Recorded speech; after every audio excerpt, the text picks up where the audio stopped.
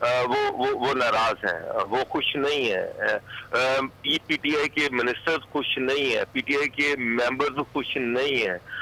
ڈوگر صاحب ایک سوال میں سوری میں آپ کو یہاں پہ روکوں گی, ایک سوال میں آپ سے ڈوگر صاحب کرنا چاہ رہی ہوں کہ خاف لیگ کو یا پرویز لائی کو اصل مسئلہ بزدار صاحب کے وزیر اعلیٰ ہونے پر ہے یا پھر ایک بے اختیار وزیر اعلیٰ ہونے پر ہے؟ ان کا یہ کہنا ہے کہ جب انہوں نے پی ٹی آئی کے ساتھ الائنس کیا تھا تو ایک ایگریمنٹ سائن ہوا تھا. اس ایگریمنٹ کے تحت ان کے جو ایم پی ایز جن اضلاع جن سے ان کے ایم پی ایز ہیں تو 10 کے قریب ایم پی ایز یا ایم این ایز ہیں, 2 یا 3 بڑے اضلاع ہیں, تو وہاں پر جو ٹرانسفر پوسٹنگ ہوگی, جو ڈپٹی کمشنر ہوگا, جو ڈی پی ہوگا یا نیچے جو لوگ ہوں گے وہ ان کی مرضی کے ہوں گے. تو اس چیز کو پی ٹی آئی جو ہے اس کو امپلیمنٹ نہیں کر رہی. اس کے ساتھ ساتھ پھر یہ تھا کہ پنجاب میں پی ایم ایل کیو کے پاس 2 منسٹریاں ہوں گی اور 2 فیڈرل گورنمنٹ میں ہوں گی اور ایک اسپیکرشپ ہوگی. پنجاب میں 1 منسٹری دی گئی ہے, فیڈرل گورنمنٹ میں 1 منسٹری دی گئی ہے. مونس لائی کو عمران خان منسٹر بنانے کے لیے تیار نہیں ہے. تو یہ اس پہ ان ساری چیزوں پہ ریزرویشنز ہیں قابلی. یہ ہم دوست محمد مزاری کی ہم تصویر دکھا رہے ہیں, ناظرین بھی دیکھ رہے ہیں.